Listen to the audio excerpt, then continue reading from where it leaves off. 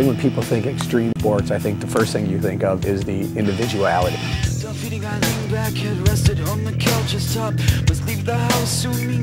much more expressive. It's a lot more artistic than just say a team sport where a coach or teammates or faculty is telling you what to do, when to do it, how to do it.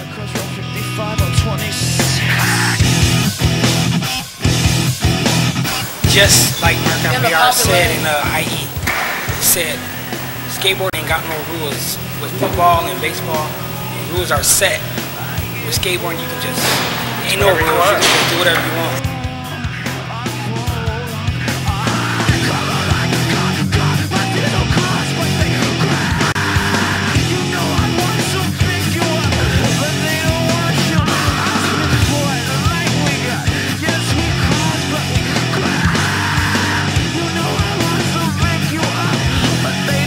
I think a lot of people still have the misconceptions that these are not real sports, that these are not real athletes. So I feel not everybody's into team sports, and the only way they can motivate themselves is by pushing themselves to the limit. And in skating, biking, surfing, any of those type of extreme sports, really, it's individual, how far you can push yourself.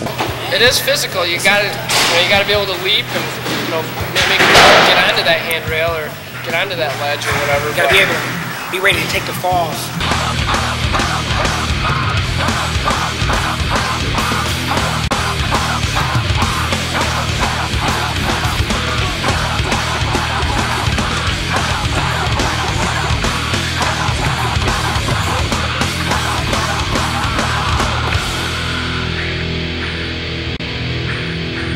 Just everybody's so cool with everybody, they all push each other because they know, they're the ones out there doing it, they know how hard it is to do that trick. The people that are sitting out there doing the stuff with them are the best judges, they really are. And you take a lot, you see a lot of stuff and people look and they're like, oh, that looks like it's so easy, but you get out there and try it once, you'd be surprised how many people get on a skateboard for a first time or get on a set of inlines or on a bike and try to ride a ramp. They're just like, holy cow, I can't believe how difficult this is. The X Games came out, and which that was all over TV, just like the Olympics, and people actually got to see what it was like instead of just what they've heard about it or stereotypes. Extreme, that's so played up. That was 92. Yeah. Extreme. The original term that was used for it was aggressive sports.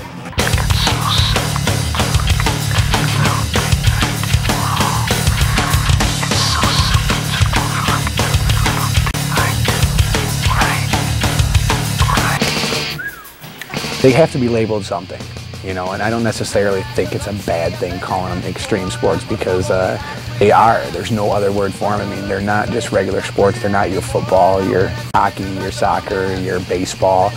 This is above and beyond it. It's a title that was brought about by the corporate media.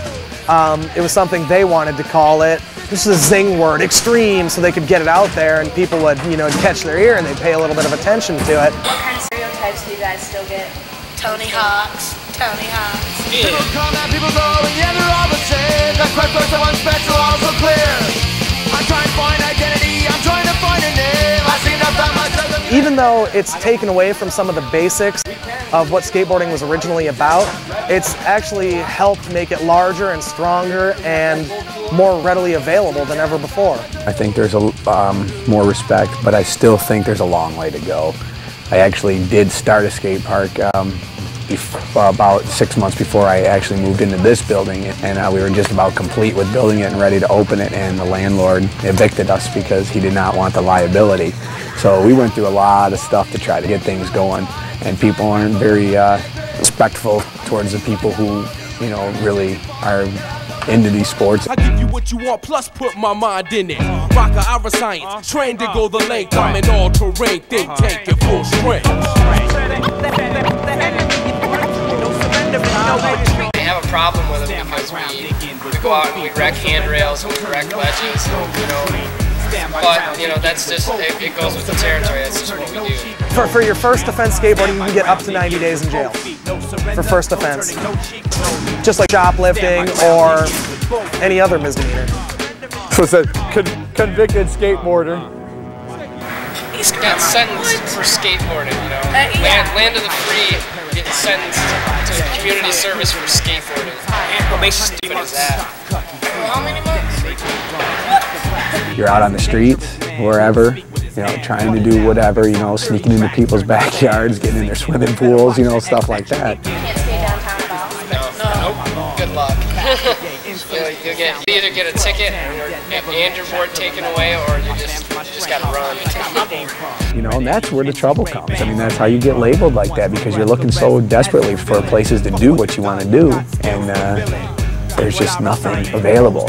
And that's why I've been pushing so hard. They're not gonna get us to shut up. Yeah. The only thing I can say also is, you know, be respectful. Gives them a reason not to give people, you know, not to give us the opportunity to have, you know, what we work so hard to try to get.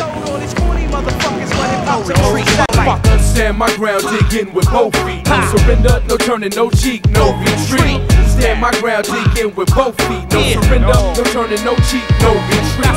Stand my ground, dig in with both feet. No surrender, no turning, no cheek, no retreat. Stand my ground, dig in with both feet. No surrender and no retreat.